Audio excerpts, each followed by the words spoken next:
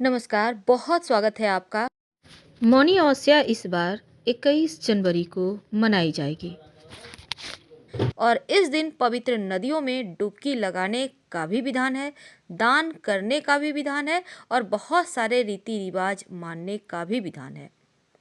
गरुड़ पुराण के अनुसार मौनी अमावस्या के दिन शारीरिक संबंध बनाने से दाम्पत्य जीवन में करवाहट आती है।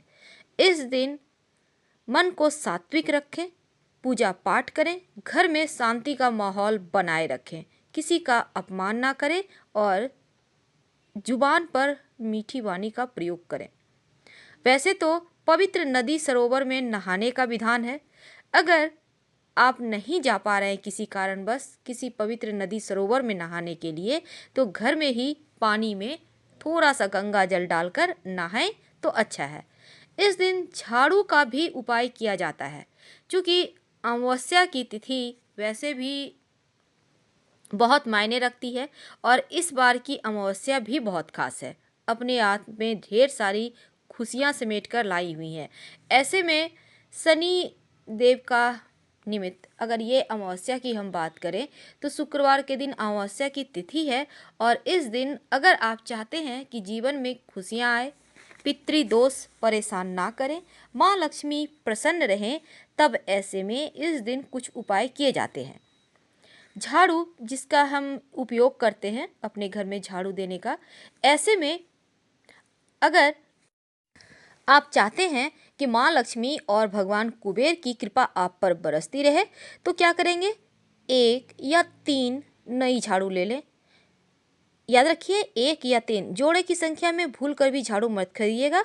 अब इस झाड़ू को थोड़े से अक्षत और कुमकुम से तिलक करें।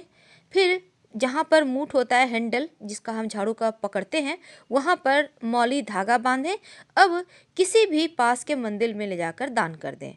माँ लक्ष्मी की कृपा मिलती है और जीवन में जो भाग्य से आना है उसका अवरोध भी खत्म हो जाता है। अगर हनुमान जी को भी आप इस दिन प्रसन्न करते हैं तो उससे भी शनि दोष खत्म हो जाते हैं। आप सुबह नहा धोकर हनुमान चालीसा का पाठ कर सकते हैं। वैसे आपकी जानकारी के लिए हम बता दें, शनि देव के निमित्त आप, चूँकि ये अमावस्या खास है, अमावस्या तिथि वैसे भी शनिदेव के लिए ज़्यादा कारगर माना जाता है, तो ऐसे में नहाने के पानी में 1 चुटकी काला तिल डालकर नहाइए।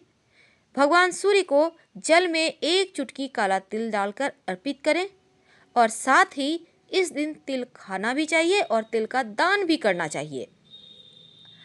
हनुमान जी को आप चाहें तो आज के दिन उनकी आराधना कर सकते हैं, उनका पूजा पाठ कर सकते हैं, उन्हें लाल पुष्प अर्पित कर सकते हैं। शनि संबंधी परेशानी से मुक्ति मिलती है। क्योंकि हमारा टॉपिक आज के दिन झाड़ू का है, तो चलिए हम झाड़ू के बारे में ही बताएंगे। अगर आप चाहते हैं कि कोई मंगल दोष आपको परेशान कर रहा है, जीवन में बहुत सारी बाधाएं हैं, आप मांगलिक हैं, ऐसे में ग्रहों को शांत करने के लिए लाल मसूर की दाल लाल कपड़े में रखें, 1 झाड़ू लें और फिर इसे झाड़ू सहित सब कुछ ले लें। अब केले के पत्ते पर रखकर किसी भी देवी माँ के मंदिर में जाकर रख दें। ग्रह बाधा समाप्त होती है और सुख समृद्धि भी आने लगता है। शिवालय में अगर आज के दिन इस अमावस्या तिथि पर नई झाड़ू और इसके साथ 11 बेलपत्र रख कर आते हैं तो परिवार में जो भी बाधाएं चली आ रही हैं वो समाप्त हो जाती हैं। अगर माँ लक्ष्मी के मंदिर में जाकर आज के दिन झाड़ू रख कर आते हैं या नई झाड़ू से सफाई करते हैं और साथ ही मंदिर के छत पर सतरंगी ध्वज लहराते हैं, तो यकीनन माँ लक्ष्मी प्रसन्न होती हैं और धन की समस्याएं दूर होती है। पास में कहीं शनिदेव का मंदिर है तो आप चाहें तो 1 झाड़ू ले जाकर वहाँ की सफाई करें, मंदिर में सरसों का तेल का दिया जलाएं। ऐसा करने से कर्म फलदाता शनिदेव तमाम पापों से मुक्त कर आपको अच्छे कर्म करने के लिए सुगम रास्ते आपके लिए तैयार करते हैं। और अगर शनि की 7.5 ढैया से परेशान हैं, तब ऐसे में ज़्यादा परेशानी हो जीवन में, शनिवार के दिन सरसों के तेल में अपनी छाया देकर शनिदेव के मंदिर में दान करें या फिर किसी गरीब को दे दें और एक नई झाड़ू से सफाई जरूर करें। आप चाहें तो कहीं पीपल के वृक्ष के नीचे की सफाई भी कर सकते हैं, अगर आपके आसपास मंदिर नहीं है तो। ऐसा भी करने से जीवन में सकारात्मक बदलाव आपको मिलेंगे। क्योंकि पितृदेवों को प्रसन्न करने के लिए आज के दिन खीर और पूड़ी पितरों के निमित्त गरीबों में बांटा जाता है, उन्हें भोजन कराया जाता है और ब्राह्मण को झाड़ू भी दान दिया जाता है ताकि पितृदेव प्रसन्न रहें। मौनी अमावस्या कथा। कांचीपुरी नामक नगर में देवस्वामी नामक एक ब्राह्मण रहता था। उसकी पत्नी का नाम धनवती और पुत्री का नाम गुणवती था। उसके 7 पुत्र थे। देवस्वामी ने 7 पुत्रों का विवाह करने के पश्चात अपनी पुत्री के विवाह के लिए योग्य वर की तलाशी की। अपने बड़े लड़के को देश से बाहर भेजा। इधर देवस्वामी ने अपनी पुत्री गुणवती की कुंडली एक ज्योतिषी को दिखाई। ज्योतिषी ने गुणवती की कुंडली देखकर कहा कि वह सप्तपदी होते होते ही कन्या विधवा हो जाएगी। यह बात सुनकर देवस्वामी अत्यंत दुखी हुए और ज्योतिष से इस योग निवारण के उपाय पूछने लगे।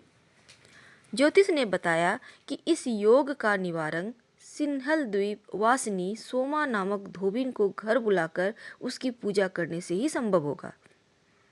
यह सुनकर देवस्वामी ने अपने सबसे छोटे लड़के के साथ अपनी पुत्री को सोमा धोबिन को घर लाने के लिए उद्देश्य से सिंहल द्वीप जाने के लिए रवाना किया। वे दोनों समुद्र के तट पर पहुंचकर समुद्र पार करने का उपाय सोचने लगे, लेकिन उन्हें कोई उपाय नहीं सूझ रहा था। थक हार कर दोनों भाई बहन भूखे प्यासे एक बट वृक्ष की छाया में उदास होकर बैठ गए। उस वृक्ष के तने की एक खो में गिद्ध के बच्चे रहते थे। वे दिन भर इन दोनों को परेशान होते हुए देख रहे थे।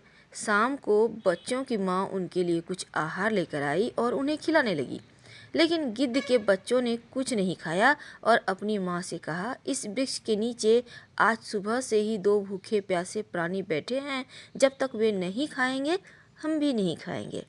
बच्चों की बात सुनकर उसकी माँ गिद्धनी को दया आ गई। उसने दोनों प्राणियों को देखा और उनके पास जाकर कहा, आपकी इच्छा मैंने जान ली है, आप लोग भोजन करें। कल प्रातः मैं आप लोगों को समुद्र पार सोमा के घर पहुंचा दूंगी। गिद्धनी की बात सुनकर उन दोनों भाई बहन की चिंता कम हो गई। दोनों को अत्यंत प्रसन्नता हुई। उन्होंने गिद्धनी को प्रणाम कर भोजन किया और सुबह होते होते गिद्धनी ने उन्हें सोमा के घर पहुंचा दिया। अब वे दोनों पास के ही जंगल में झोपड़ी बनाकर रहने लगे। उन्होंने अपनी सेवा से सोमा को प्रसन्न करने का निश्चय किया। वे प्रतिदिन सुबह अंधेरे से उठकर सोमा का घर झाड़ कर लीप पोत दिया करते थे।